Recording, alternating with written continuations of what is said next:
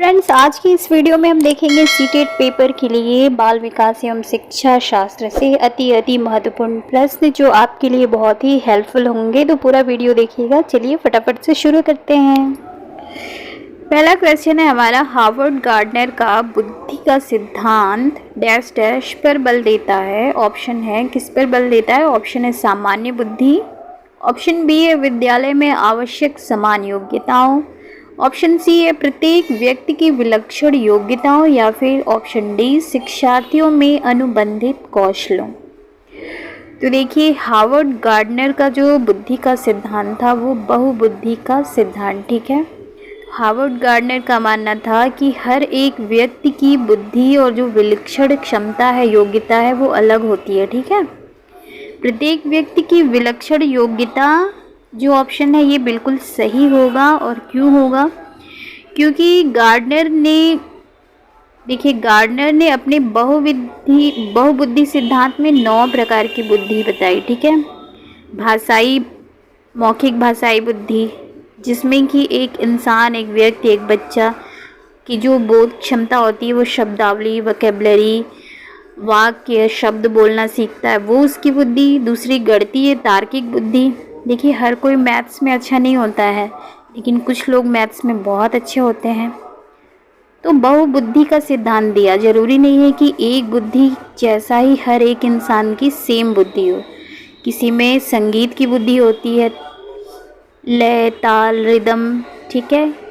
कोई साइंटिस्ट बनता है, कोई डॉक्टर बनता है, कोई एक्टर बनता है। तो गार्डनर के हिसाब से उनका ये मानना था कि हर किसी की जो विलक्षण क्षमता होती है व्यक्ति की, वो अलग होती है, योग्यता जो होती है वो अलग होती है, ठीक है। तो इसका ऑप्शन सी सही है। बहुबुद्धि का सिद्धांत दिया है हार्वर्ड गार्डनर ने, इसका ऑप्शन सी सही है। प्रत्येक व्यक्ति की विलक्षण योग्यताओं पर बल देता है, ठीक है।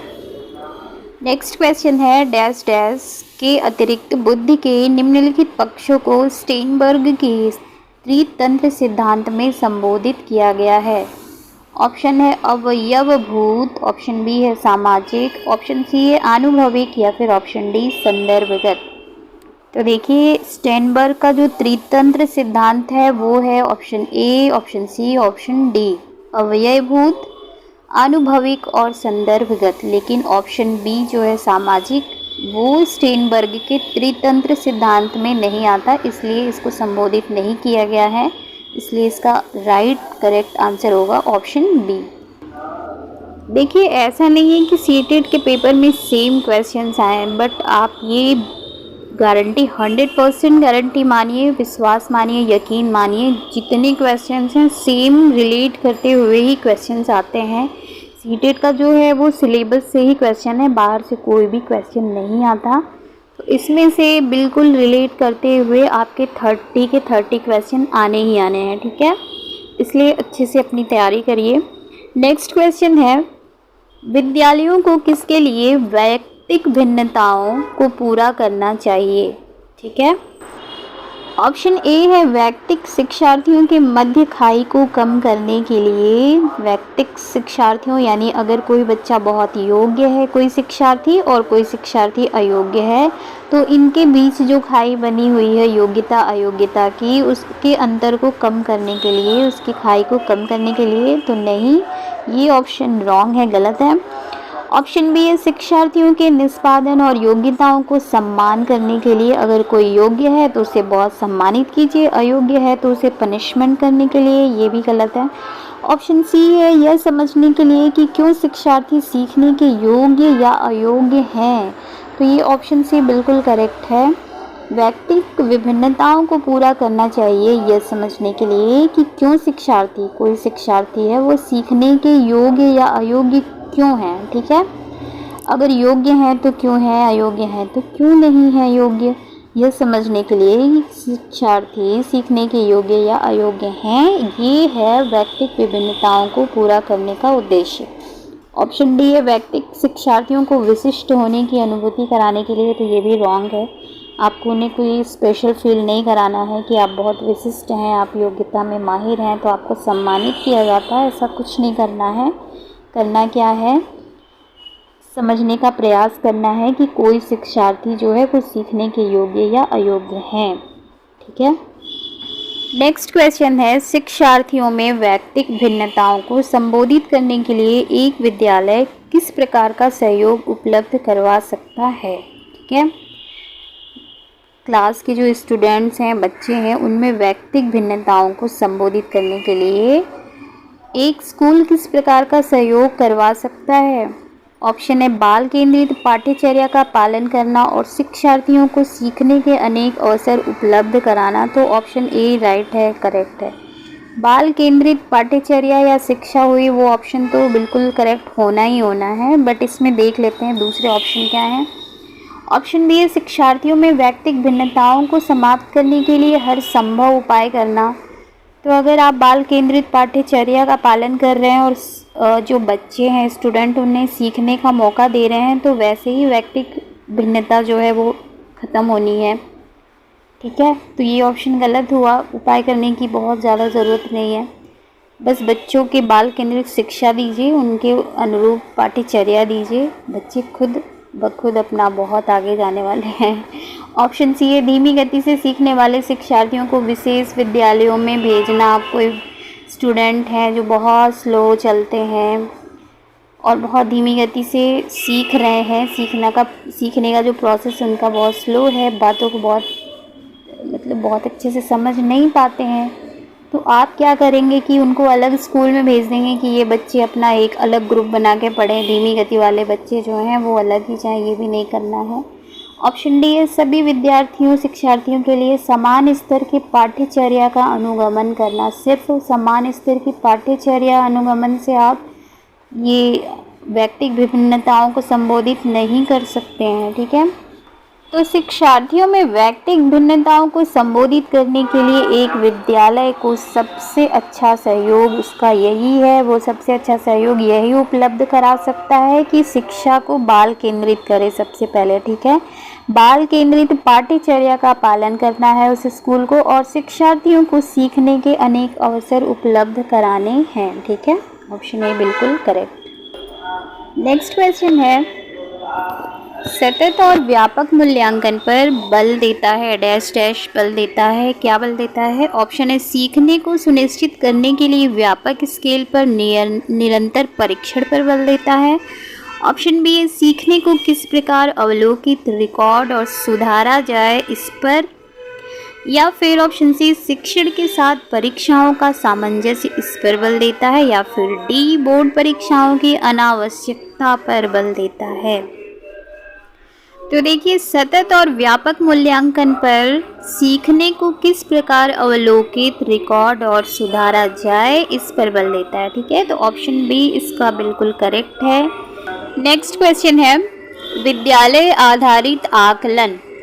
ठीक है। ये जो विद्यालय आधारित मतलब जो स्कूल से बच्चों का आकलन होता है, बच्चों की सीखने की प्रक्रिया का आकलन होता है, वो क्या है। ऑप्शन देखिए, शिक्षा बोर्ड की जवाबदेही कम कर देता है कि अगर आप स्कूल में आकलन कर रहे हैं तो इससे जो बोर्ड्स एग्ज़ाम्स कराते, जो शिक्षा बोर्ड है, उनकी जवाबदेही को कम कर देता है। बिल्कुल नहीं। ऑप्शन बी है सार्वभौमिक राष्ट्रीय मानकों की प्राप्ति में बाधा उत्पन्न करता है। जी नहीं, स्कूल में अगर आप किसी शिक्षार्थी विद्यार्थी का आकलन कर रहे हैं तो वो राष्ट्रीय मानकों की प्राप्ति में बाधा उत्पन्न नहीं कर रहा। ऑप्शन सी है परिचित वातावरण में अधिक सीखने में सभी शिक्षार्थियों की मदद करता है। या ऑप्शन डी शिक्षार्थियों और शिक्षकों को अगंभीर और लापरवाह बनाता है। अगर आप विद्यालय जो है आकलन कर रहा है तो क्या शिक्षार्थी और शिक्षक जो है लापरवाह हो जाएंगे, ये भी ऑप्शन गलत है। ऑप्शन सी इसका बिल्कुल करेक्ट है, परिचित वातावरण में अधिक सीखने में सभी शिक्षार्थियों की मदद कराता है। जो स्कूल से जो आकलन होता है शिक्षा का, वो क्या है, परिचित वातावरण में अधिक सीखने में सभी शिक्षार्थियों की मदद करता है। ऑप्शन सी इसका बिल्कुल करेक्ट आंसर है। नेक्स्ट क्वेश्चन है, सीखने की तत्परता डैश डैश की ओर संकेत करती है। ऑप्शन है शिक्षार्थियों का सामान्य योग्यता स्तर इसकी ओर संकेत करती है। या फिर ऑप्शन बी सीखने के साथ तथ्य में शिक्षार्थियों का वर्तमान संज्ञानात्मक स्तर। ऑप्शन सी है सीखने के कार्य की प्रकृति को संतुष्ट करने की ओर संकेत करती है, या फिर ऑप्शन डी थॉर्नडाइक का तत्परता का नियम। तो इसमें ये मत समझिएगा कि सीखने का तत्परता लिखा हुआ है तो थॉर्नडाइक के तत्परता का नियम होगा। थॉर्नडाइक का सीखने का तत्परता का नियम है, लेकिन इसमें होगा ऑप्शन बी करेक्ट। सीखने के सातत्य में शिक्षार्थियों का वर्तमान संज्ञानात्मक स्तर की ओर संकेत करती है सीखने की तत्परता। अगर किसी बच्चे में सीखने की तत्परता नहीं होगी, वो सीखने में उत्साह नहीं होगा, सीखने की इच्छा नहीं होगी, तो वो उसके लिए बोझिल हो जाएगा। ठीक है, तो ऑप्शन बी इसका बिल्कुल करेक्ट है।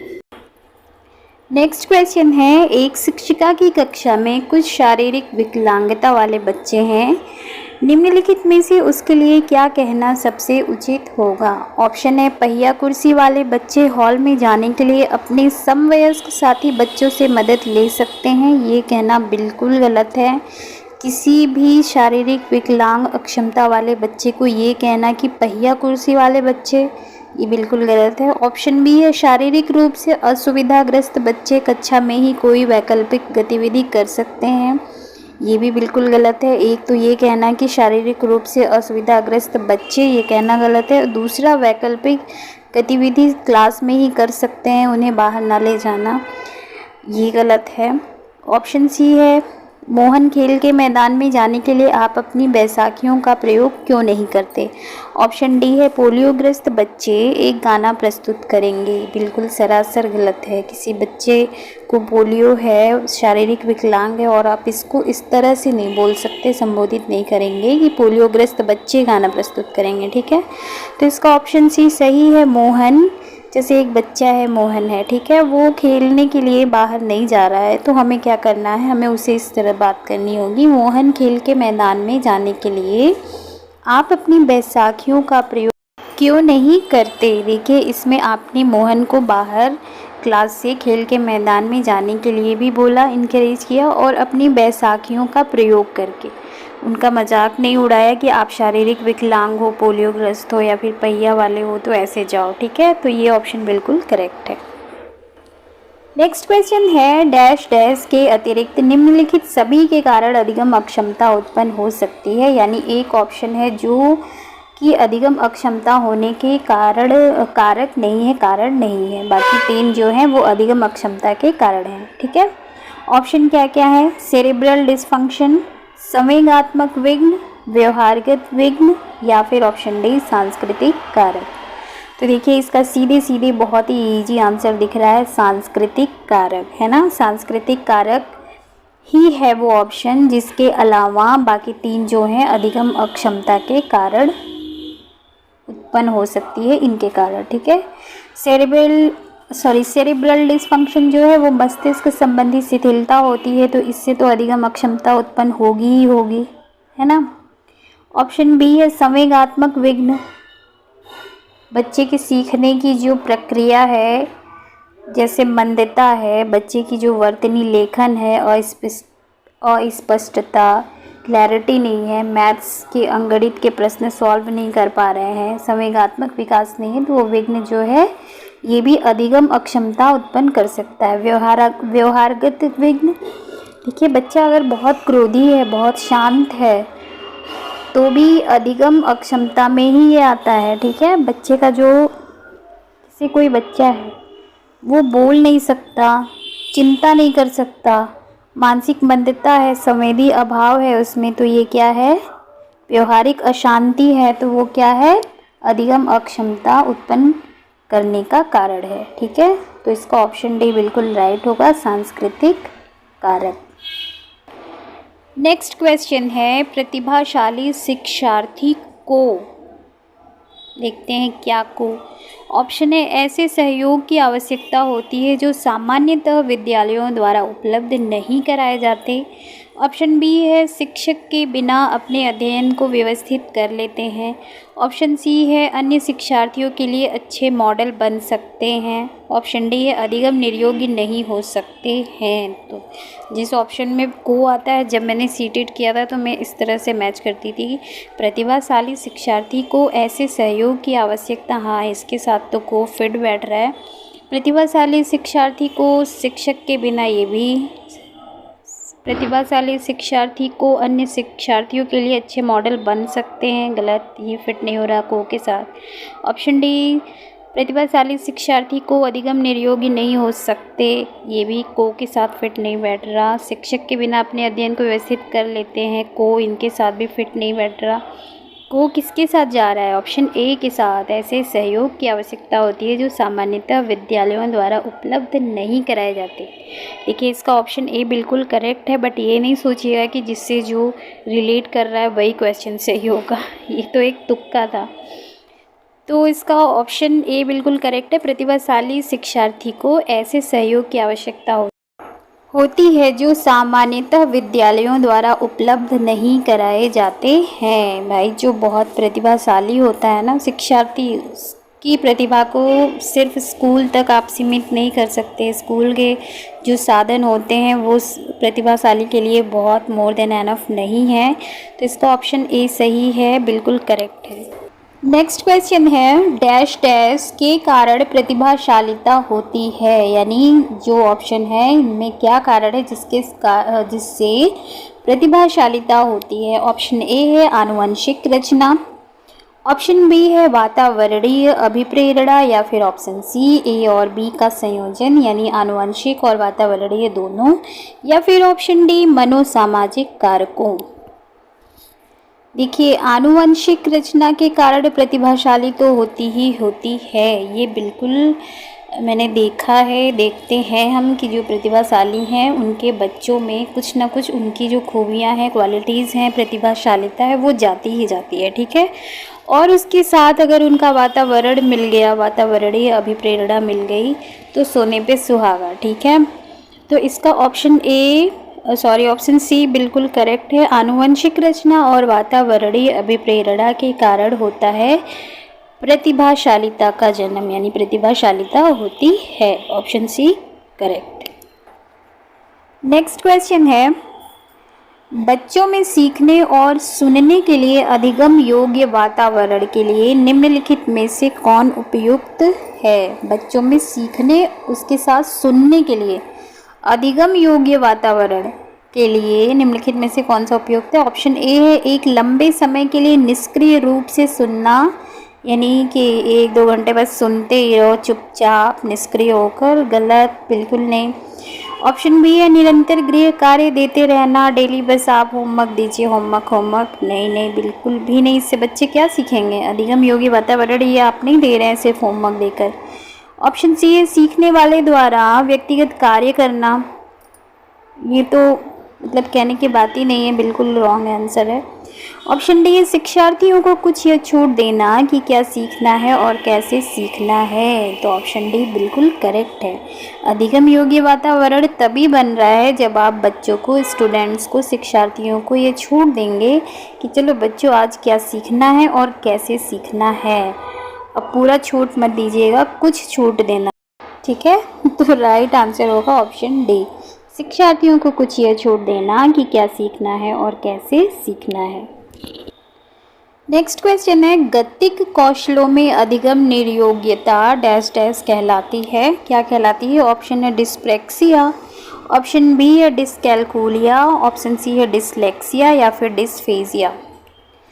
तो डिस्कैलकुलिया जो है वो गणितीय संबंधी विकार है, डिसलेक्सिया पढ़ने संबंधी विकार है, डिस्फीजिया भाषण देने, बोलने, पढ़ने लिखने बोलने संबंधी विकार है, और ऑप्शन ए जो है डिस्प्रेक्सिया जो कि इसका करेक्ट आंसर है। गतिक कौशलों में अधिगम निर्योग्यता है। गतिक कौशलों में मतलब बैलेंस मूवमेंट में डिस्टर्बेंस आती है, बैलेंस बनाने में मूवमेंट में दिक्कत होती है, उसे बोलते हैं डिस्प्रेक्सिया, ठीक है। नेक्स्ट क्वेश्चन है, अधिगम निर्योग्यता डैश डैश क्या है? ऑप्शन है एक स्थिर अवस्था है, यानी अधिगम निर्योग्यता है तो फिर वो स्थिर है, वो कभी ख़त्म नहीं होगी। एक चर अवस्था है, जरूरी नहीं है कि कार्य पद्धति की हानि करे, समुचित निवेश के साथ सुधार योग्य नहीं होती, तो ये सारे ऑप्शन रॉन्ग हैं। अधिगम निर्योग्यता में सुधार किया जा सकता है, यह एक चर अवस्था है, ठीक है।